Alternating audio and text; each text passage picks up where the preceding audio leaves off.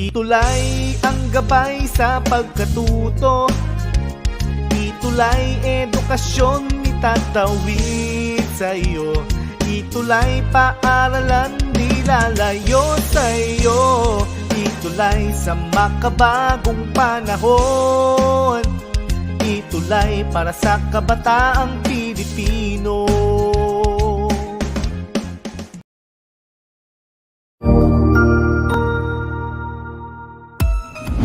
Mabuhay! Good day to all! I am your tutor Max. Welcome to ETUlay, a free online tutorial, an initiative of the Department of Education, Information and Communications Technology Service, Educational Technology Unit, ICTS EdTech. This program is aimed at helping and assisting learners from kindergarten, senior high school, ALS, Alive, and SPED learners. Aside from answering the modules, the ETUlay is offering programs which you will surely look forward to. Together with our parents and teachers, the ETUlay will bridge the gaps where difficulty and ease meet in learning new knowledge and skills. So, let us prepare our modules, pen and paper. Ready your mind to see and hear worthwhile and interesting lessons. Let us now study and learn, together with our volunteer online tutors. Tara na!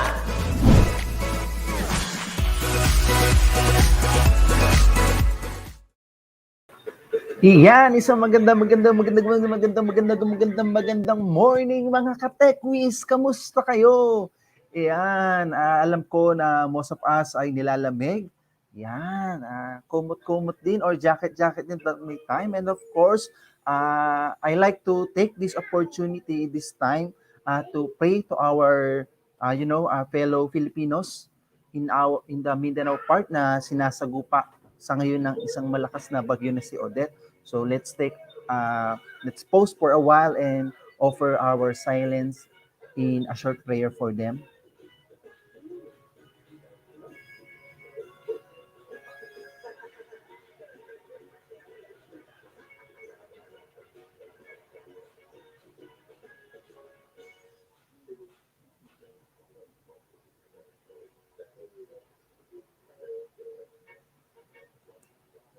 Amen. Yan, so muli, isang magandang umaga, bagamat mabagyo sa isang parte ng ating bansa, specifically sa Mindanao. I do hope na wala gaanong masaktan at maging casualty sa bagyong ito.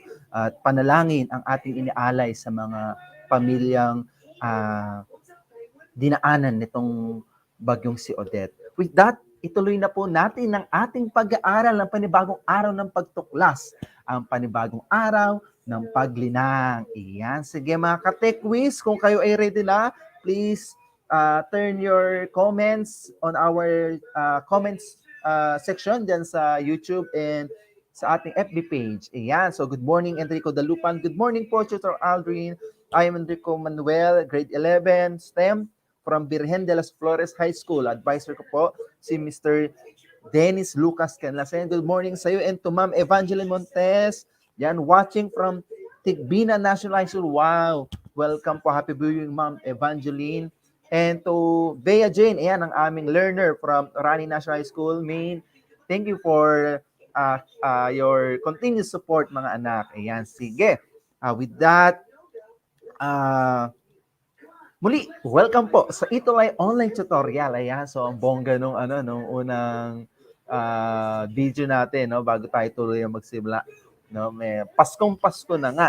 And ganun pa rin, bagamat tayo ay nagdidiwang, sabi ko may ilan pa rin tayong makasama, mga kaibigan, no, na bagamat hindi natin sila kaklose, na nakararanas din ng kalungkutan. So sana tulad ng diwa ng ating season ngayon ng Kapaskuhan, maging ilaw at maging biyaya tayo sa iba, na magdulot tayo ng kasiyahan sa mga taong nakararanas ng mga kadiliman sa kanilang buhay, no?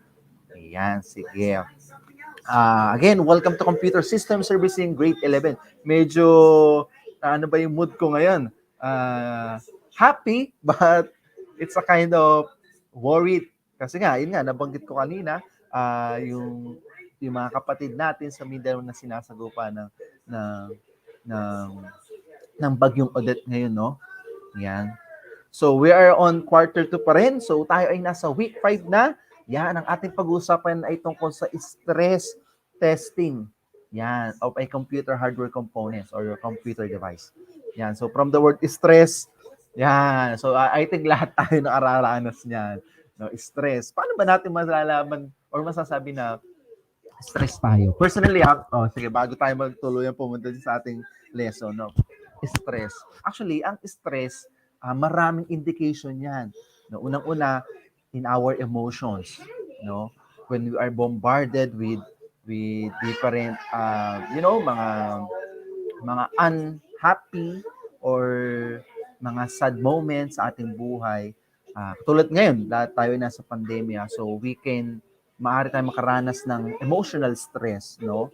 Malulungkot tayo, we're not on the mood, we are easily irritated, no? Yan, mga indication ng stress yan. Yung masakit yung ulo, no? Masakit yung bulsa, yan, magpapasko na, no? Ayan, so mga inaanak ko dyan, pasensya na, hamak na guro lamang si Ninong. Yan, biro lang. Yan. So, di ba nakaka-stress yan? So, ngayon pag-uusapan natin, stress testing, no? Parang, kaso ito, sa computer naman. Yan. So, hindi lang tayo tao nakakaranas ng stress, no? Si computer, no? Pararanasin din natin ng stress. Yan. Pag mabagal computer mo, na-stress tayo dyan. Yan. Nararamdaman ng computer na yan kapag nagmamadali tayo eh. Doon yan bumabagal, doon yan may updates, doon yan yung updates niya, imbis na ma-install agad, ang tagal. It takes a long time bago ma-install mo, di ba? Nakaka-stress yan. Yeah. So ngayon, pag-usapan natin, paano tayo makakaganti sa computer, paano natin sila i-stress. Di ba? Hindi, biro lang. So, pag-aralan natin. Muli, ako po si Tutor A, ang inyong tutor for Computer System Servicing NC2 Senior High School ICT every Friday at 9 a.m. to 9:40 a.m. Walang iba kung dito lang sa official Facebook page ng DepEd Edtech Unit at DepEd tayo at sa aming YouTube channel, DepEd Philippines, DepEd Edtech, and DepEd TV. Ayan, sige. So for quarter 2, week 5, ang pag-uusapan natin, okay, this is from the Curriculum Guide of Computer System Servicing.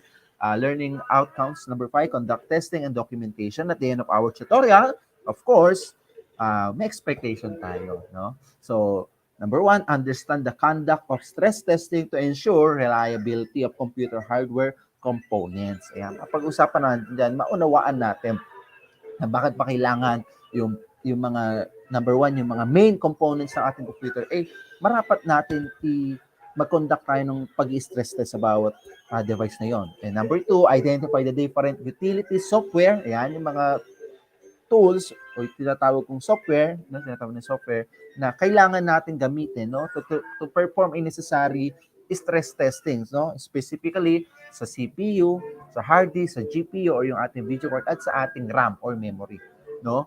And also, we're going to utilize the Windows Task Manager in monitoring computer performance and processes.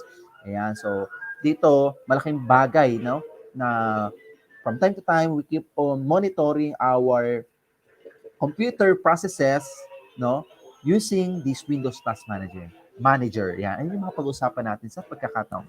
Ayan, so nakikita nyo ba? Nakikita ko? Hey, nasa screen. Ayan, good morning, Ma'am Lourdes Muldong de Guzman. Good morning po, Ma'am. Happy viewing po. Fellow tech quiz. Ayan. So, ang sabi diyan sa memes, when you stress about the stress unit, no? Yun na-stress ka kasi na-stress yung computer. We all know, we experience that, or we know this blue screen, yan yung tinatawag na BSOD. No? BSOD stands for blue screen of death. Yan. No? Pagka hindi kulay blue, kulay white, the white screen of death. O pag black screen of death. So bahala kayo doon. So that is the common term sa mga ganitong klase ng error pag nakita natin nag-display yan. No? Your PC ran into problem, needs to restart, or just collected some errors info and then will restart for you. So dalawang indication yan. No, it's either software issue or hardware issue. Yan, di ba? Kasi kung natatandaan sa mga previous discussions natin, no, yung ating tinatawag na elimination process in troubleshooting a computer. So we have to identify first ano ba yung categorization ng issue ng troubleshoot? Is it software or hardware? So basically, when we experience the blue screen of death, no? Dalawang factor kasi yun. It's either software or hardware. So basically, magsisimula tayo dun sa basic, sa madali, software. So let us turn off and restart lang natin yung ating operating system. So pag nag-boot yan, meaning to say, okay yung ating OS hindi na corrupt. Di ba? So second natin pupuntaan, ayan yung hardware issue na. So dito tayo ngayon magko-conduct ng stress testing. Ayan. So nakaka-stress po yan, yung mga experience ng ganyang klase ng error. No? Madalas yan. On my experience, commonly, it's a hardware issue. Again, issue. No, hindi ko naman sinabing failure agad. No? Kasi pag nag-fail na yung hardware, automatically, the only thing that we can do with that is to replace yung component. Ano ba yung mga component na malimit nating ina-upgrade or nire-replace sa isang computer system, no? Mapa-desktop man yan or laptop. Number one, yung hard disk, no? Yung kanyang secondary storage. It might be hard disk drive or the solid state drive. No? Secondly, is the RAM o yung tinatawag natin memory or random access memory. Okay? Naintindihan? And thirdly, yung ating graphics card, no? Lalo na sa mga desktop unit. No? What else? Aside from hard disk, memory, RAM, ano pa ba? Yung processors, yan, no? Especially sa mga desktop. Ito kasi yung mga desktop unit kasi, no? Yung mga tower case na system unit. Ito kasi yung napakadali, no? When it comes to portability ng mga pieces of hardware siya, madali siyang i-replace, i-upgrades, no? Depending on the support or the compatibility of your motherboards. Yan lagi nating susundan kung ano yung mga compatibility requirements ng ating system board or motherboard. Again, I am talking about the desktop computer. Ayan. So good morning po, Tutor Marlon Ramos. Ayan. Katatapos lang po namin kaninang mag-practice para sa aming Tagumpay Tayo music video. Ayan. So excited na ako doon. Ayan. Happy viewing, Tutor Marlon. Ayan. So without further ado, kahit ang dami ko nang sinabi, next slide na tayo. Yan, why stress test? No? So parang on this particular topic, though having stress on our part as a human being is nakaka-stress, but you think, is it essential? Is it essential? No? Mahalaga ba na yung tao na i-stress? You think? No? So, let's continue. So, in this particular moment, punta na tayo sa computer. So, why is stress test? Bakit kailangan mag-stress test? Di ba nakaka-stress yun, sir? Yes.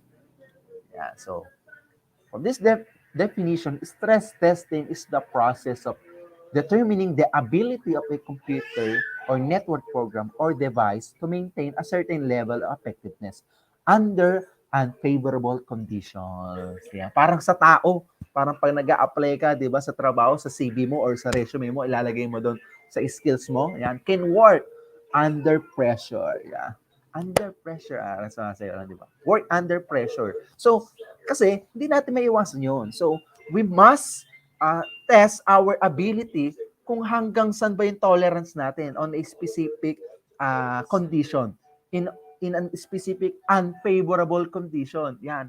Hanggat paano yung level mo na kaya mong mag-work properly, no, effectively, efficiently under a stressful circumstances. So ganun yung ginagawa din natin sa ating computer. No? But again, we're conducting this for us again to know the ability of a certain computer hardware, no, para makita natin ano yung certain level ng kanyang tolerance, no? Yung optimum, no? What you call this? Yung optimum performance niya, no? Given a lot of loads. Yan. So, ibig sabihin, mag-stress test tayo ng isang device, let us say na computer natin, pero kailangan bigyan natin siya ng load. Tinatawag natin, ito yung tatawagin na nating load testing, no? Halimbawa, magraran tayo ng multiple tawag dito, multiple applications, no? Again, alam naman natin, kada applications or software, no, nagre-require yan ng certain resources, no, na para magamit niya ngayon. Sir, ano yung resources na yon? So, ayan po yun, yung ating CPU or yung ating processors, yung ating RAM or yung ating memory, yung ating graphics card or yung GPU or graphic processing unit, and then yung ating hard disk drive or yung ating storage. Yan.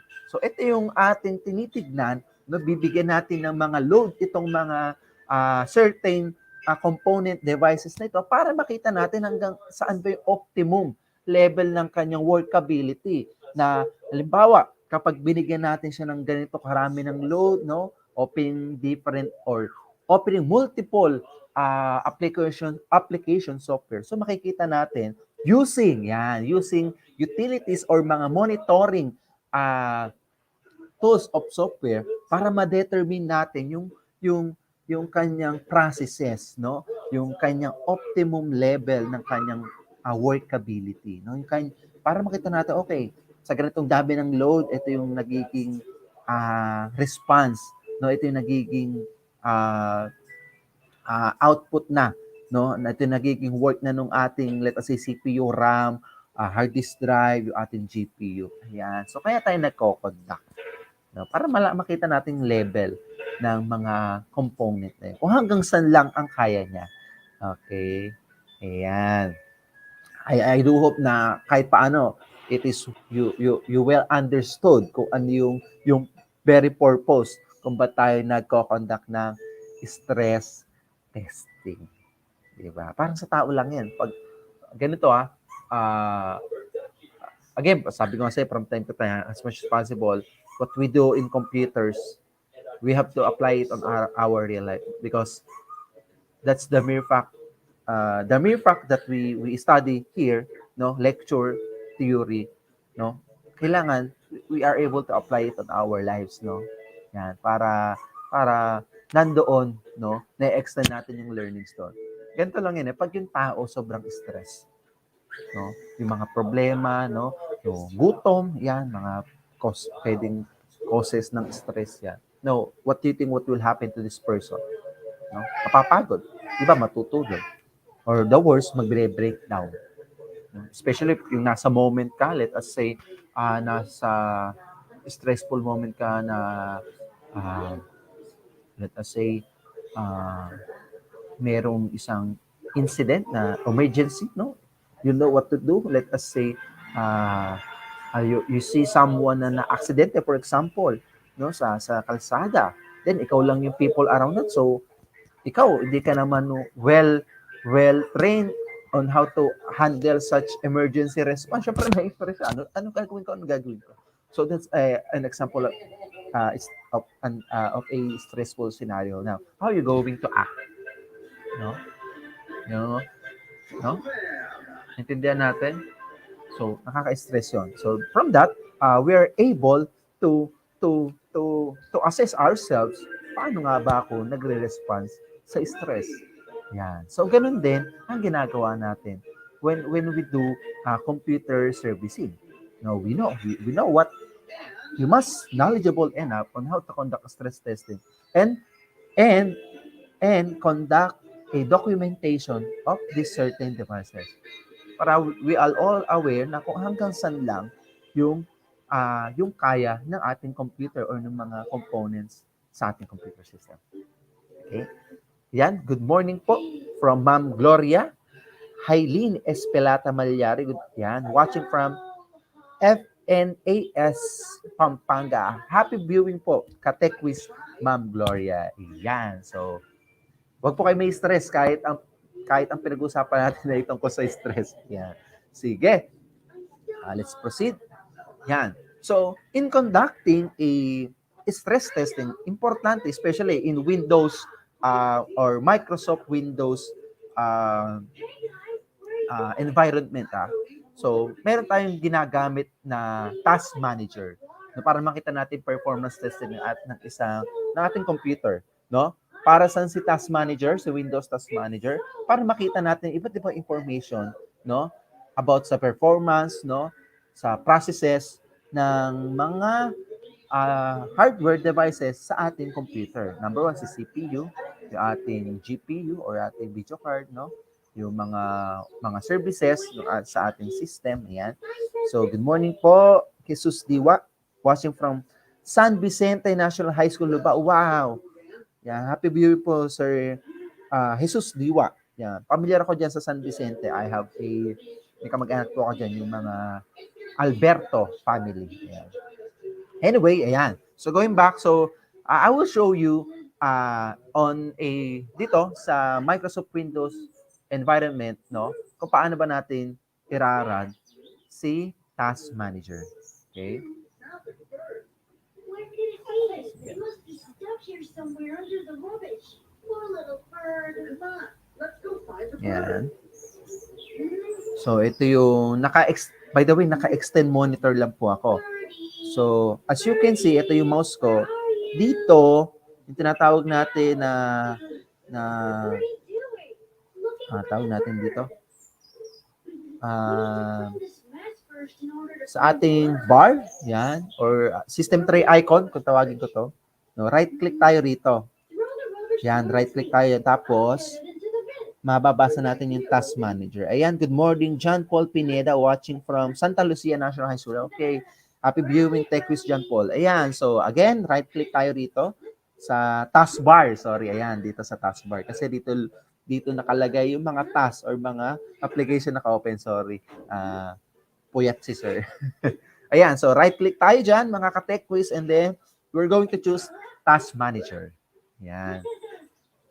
Basic to lalo na kapag after nyong mag-reinstall or yung tinatawag natin mag-reformat ng computer system, ito agad yung ginagawa natin to check kung meron pa bang ibang problema sa ating ni-reformat na computer. Ayan.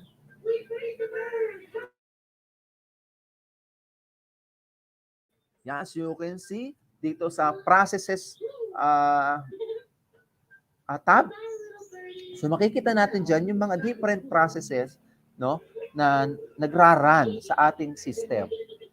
Halimbawa, sa Google Chrome, no, makikita dyan yung processes niya, no, when it comes to CPU, ilang percentage ng CPU, yung tawag rito,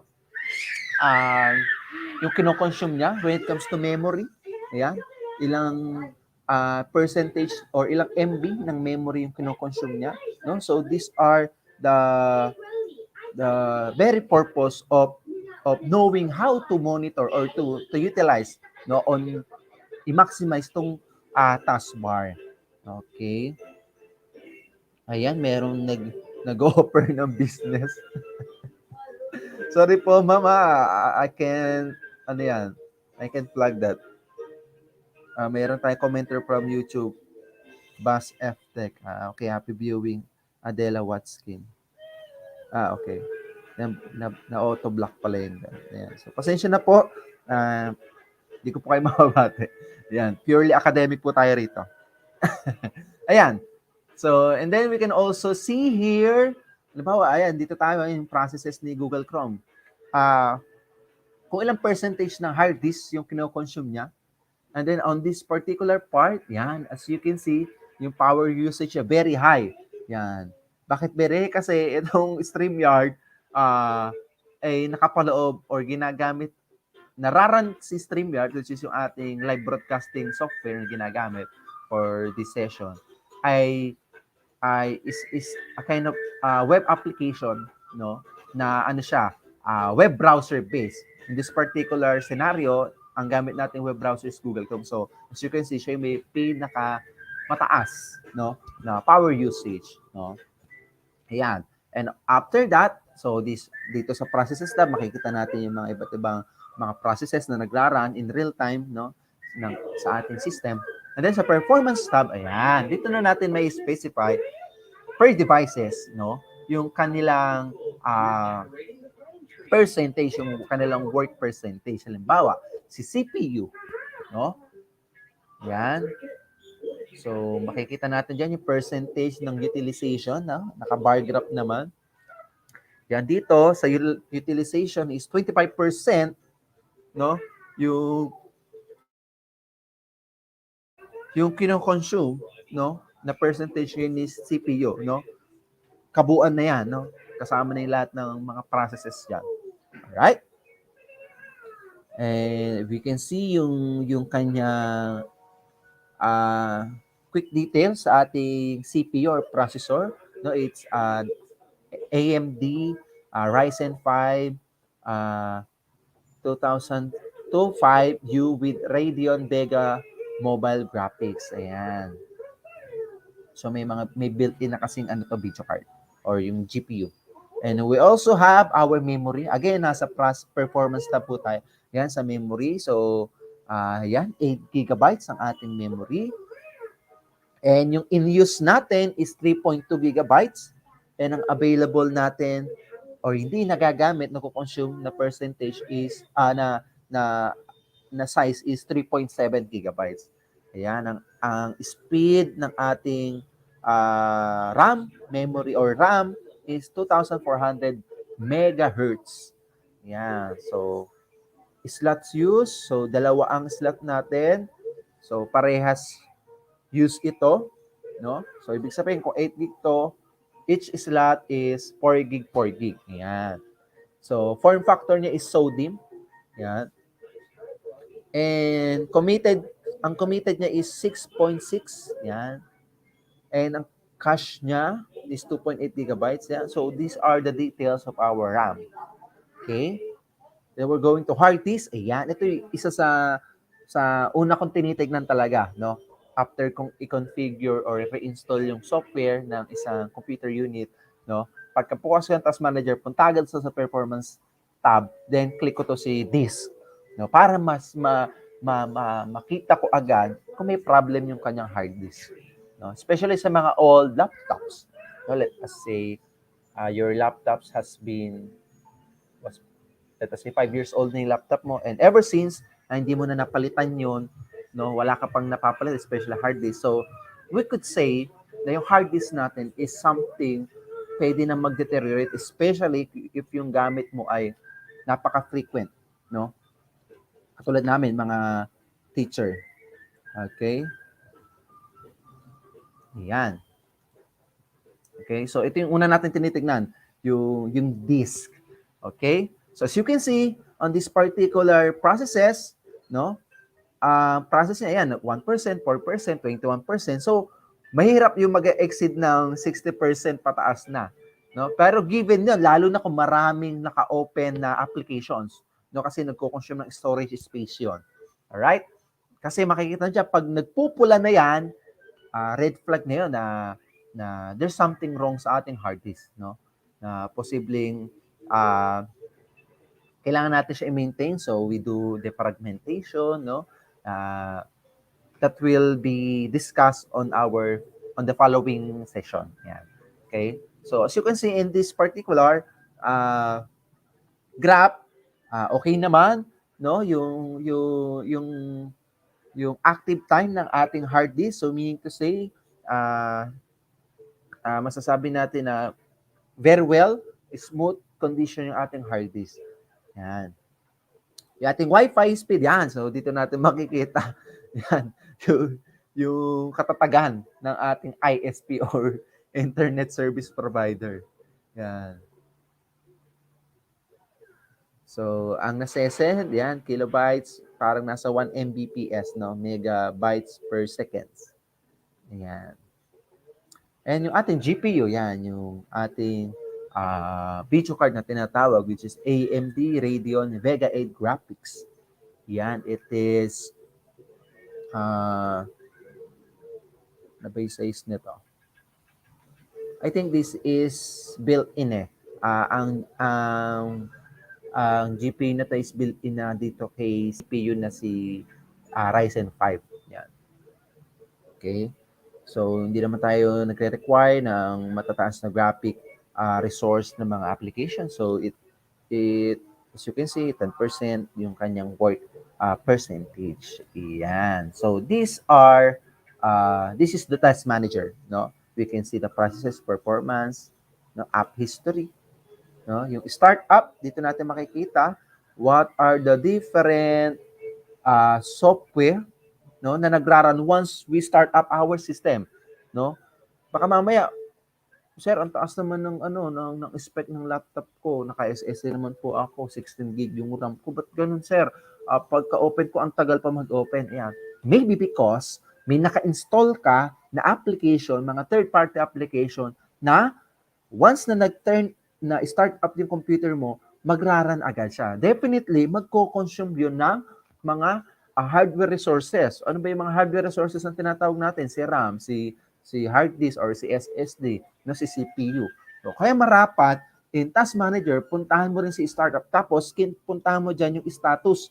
Tingnan mo ano yung mga naka-enable. Kapag maraming mga naka-enable dyan, no, i-disable mo. Halimbawa, yung mga yung mga software dyan na hindi naman necessary, no?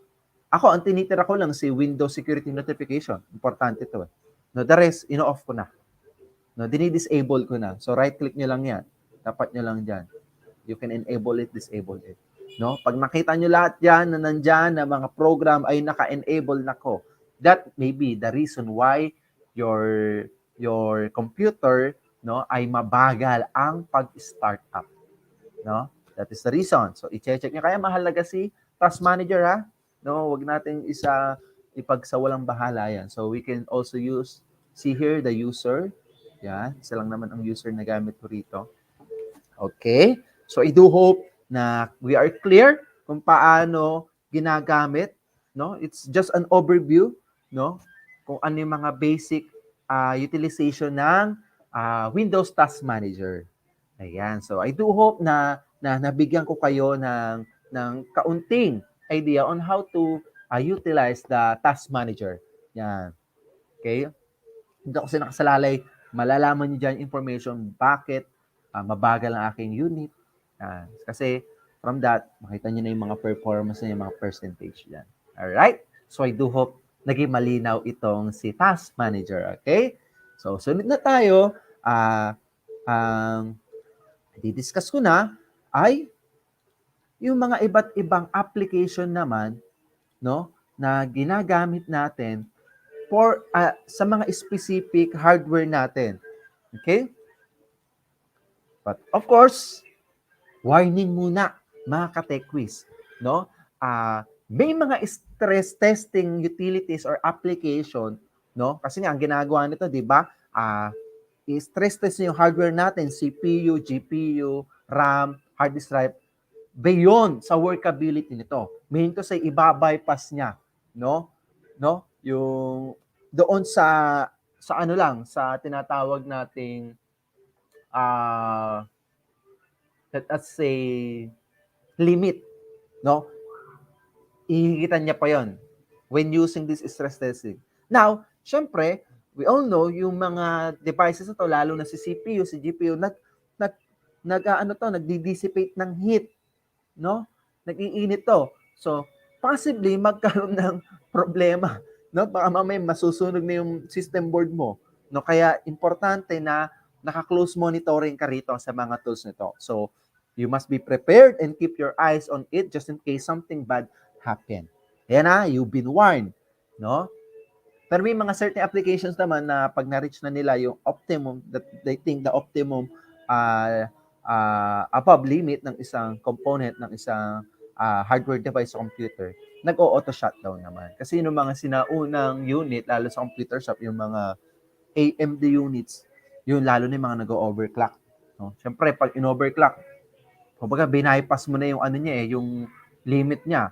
So, kaya tendency nun, kahit gaano kainit na, so minaximize mo yung kaya nga in-overclock, minaximize mo your workability ni CPU mo, no, ng processor, bypass mo, no? Tendency niyan kasi nililimit niya lang sana yung voltage. Again, voltage pa rin yan, no? Yung pumapasok na voltage doon. Pagka bypass mo yan, in-overclock mo, medyo mataas na yung voltage yung papasok na kakailanganin ni CPU, of course, para sa optimum performance niya. Tendency siya iinit, no? And then kung na-prolong mo yung time ng paggamit sa kanya, naka-overclock siya, wala kang enough cooling system, yan. Ay tinatawag nating sa on our term, sinusunog yung system board, no? Imbes na CPU lang sana, system board mo nasunog na. Yung mga unang ano yan, yung mga unang panahon, no? Ngayon kasi medyo nag-overclock ka pero may mga ano pa rin, tolerance pa rin yung mga developed na ano ngayon, mga manufactured na processors, no? Especially sa mga cooling system nila. That's why hindi na-minimize na, no? Or else na-eliminate na yung ganong sitwasyon na nasusunog yung system board. Totoo yun, may ganon na akong experience. Okay? So again, always do it with caution, no? I-monitor, huwag niyong iiwan.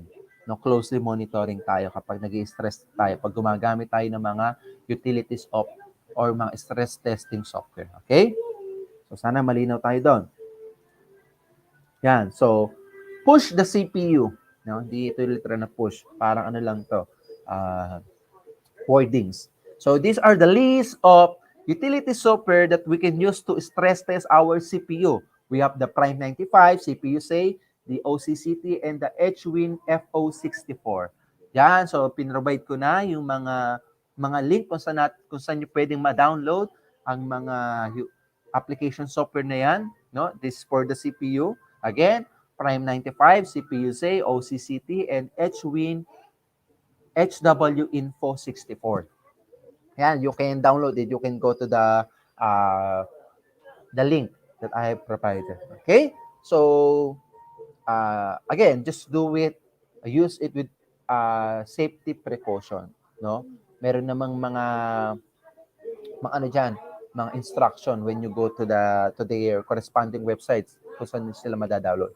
Again, ito lang yung kalimitan na based on my searches, no, sa mga computer blogs, mga leading website na articles na nag-release ng mga study or mga reviews about na computers, no? So ito yung mga top 4 na nakita kong ginagamit na mga utility for stress testing our processor.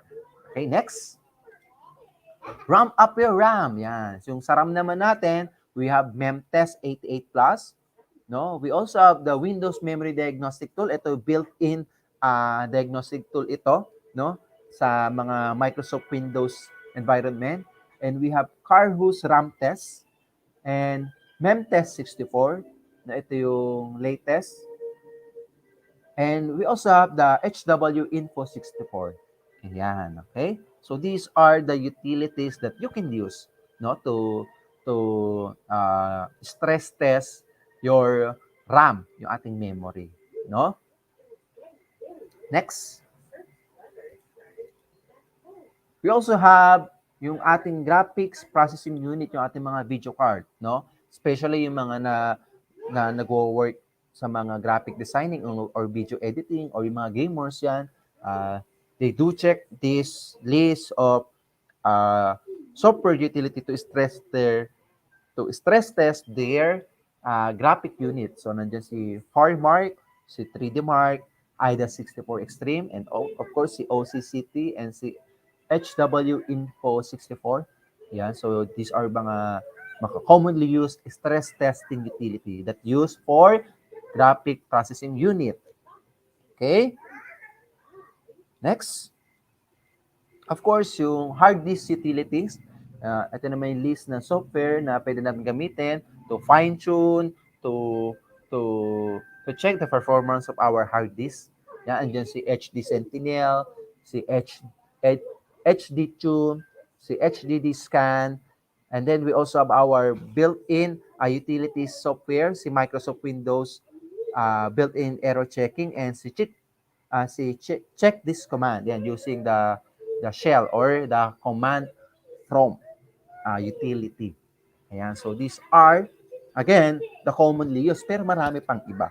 No? But ito lang masasabi ko. But again, some of this utility software no, na ginagamit para i-stress test si CPU, yung ating processor, yung RAM, no, yung ating GPU, yung video card, at si hard disk, no, some of them require subscription or kailangan yung bayaran, license. Pero may some of them offers free trial. Yan. Siyempre, dyan tayo sa free trial. But most of them are open source. What I mean is free of charge. Okay? Lalo na yung mga nasa beta, mga beta, no?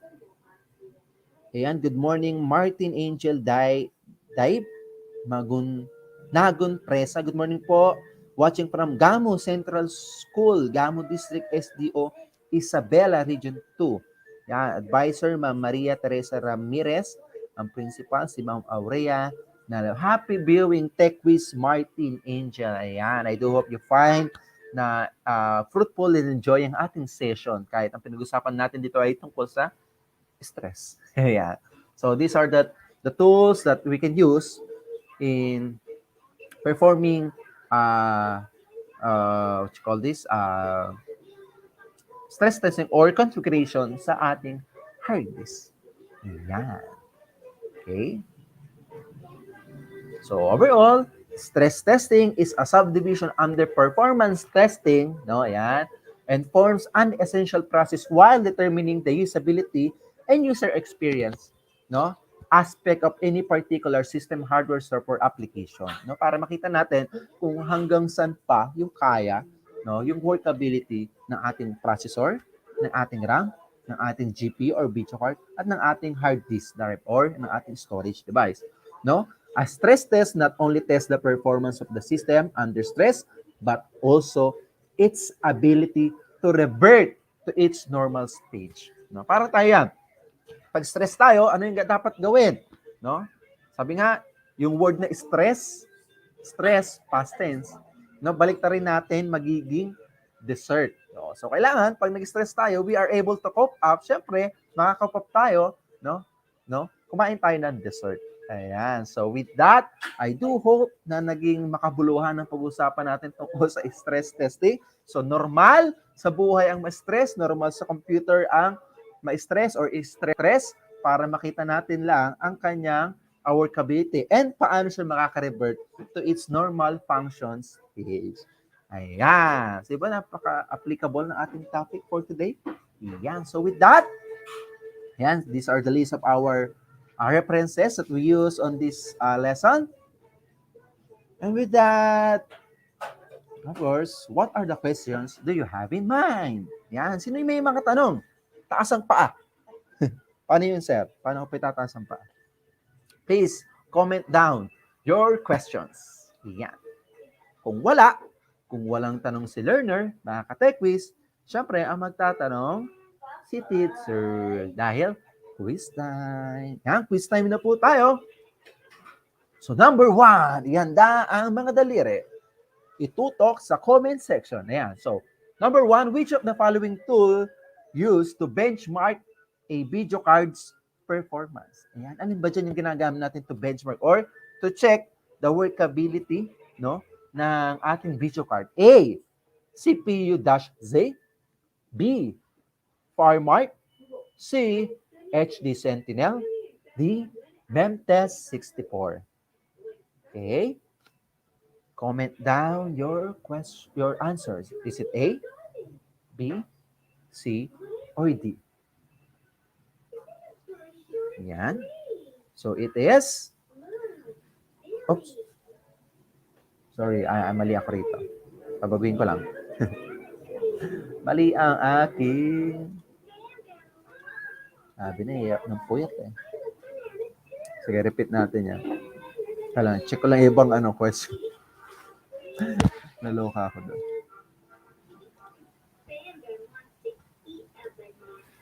Ayan.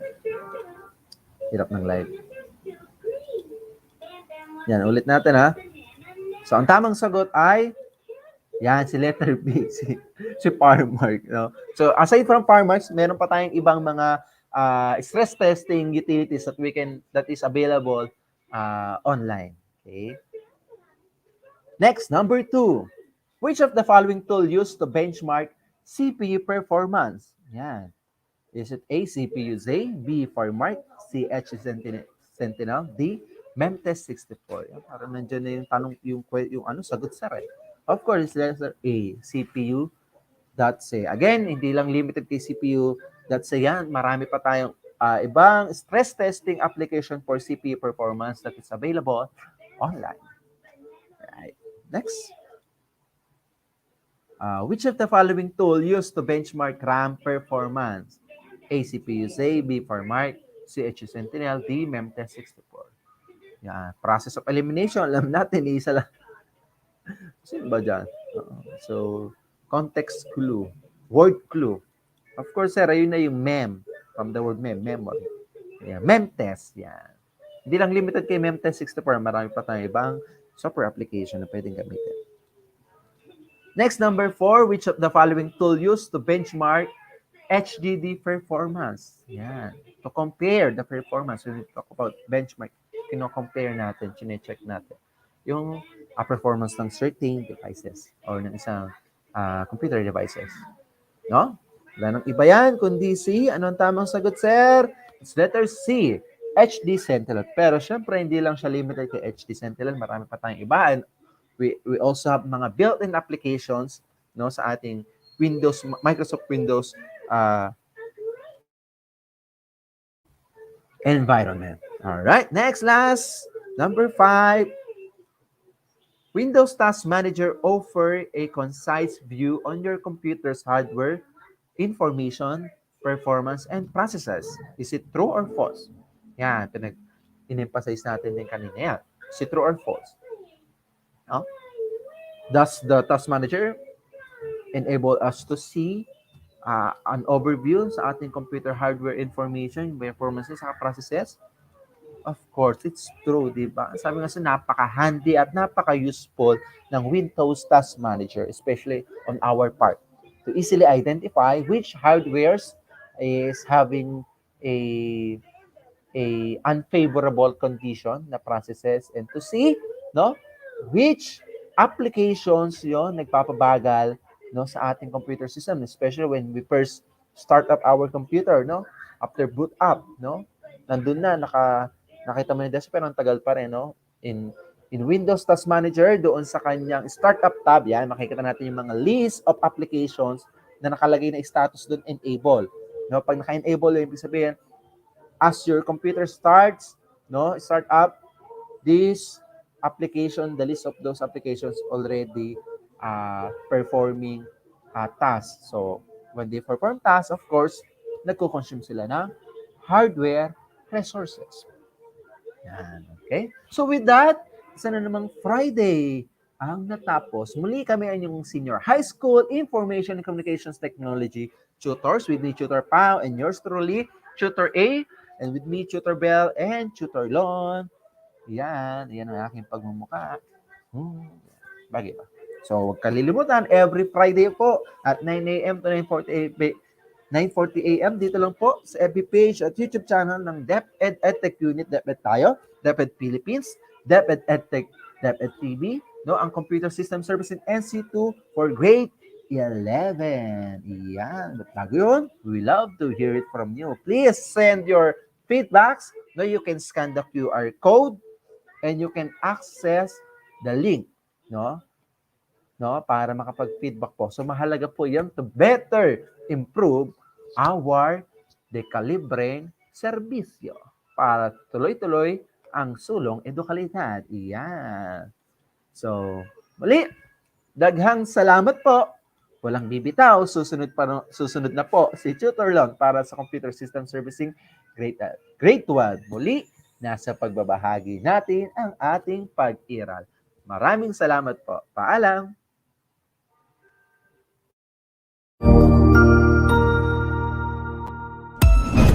Ang husay naman! Natapos mo ang iyong tutorial session kasama ang iyong mahusay na ETUlay tutor. May bago ka bang natutuhan? I-share na yan gamit ang hashtag #ETUlayLevelUp. Huwag aalis ha, dahil may susunod pang programa na pwede mo ring panoorin at salihan. Dahil naghihintay na ang iyong mga tutors. Happy learning dito sa ETUlay.